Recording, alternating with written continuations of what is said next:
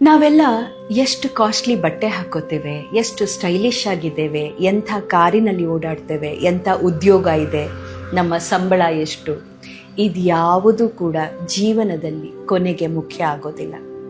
ಕೊನೆಗೆ ಮುಖ್ಯ ಆಗೋದು ಏನು ಗೊತ್ತಾ? ನಾವು ನಮ್ಮ ಜೊತೆಗಿರುವವರನ್ನು ಹೇಗೆ ನಡೆಸ್ಕೊಳ್ತೇವೆ, ಯಾರನ್ನಾದರೂ ಹೇಗೆ ಮಾತಾಡಿಸ್ತೇವೆ, ಅವರಿಗೆಷ್ಟು ಗೌರವ ಕೊಡ್ತೇವೆ, ಅವರು ಕಷ್ಟದಲ್ಲಿದ್ದಾಗ ನಾವು ಹೇಗೆ ಸ್ಪಂದಿಸಿದ್ವಿ, ಇದೇ ವಿಷಯಗಳು ಜೀವನದಲ್ಲಿ ಕೊನೆಗೆ ಪ್ರಾಮುಖ್ಯತೆಯನ್ನು ಪಡೆಯೋದು.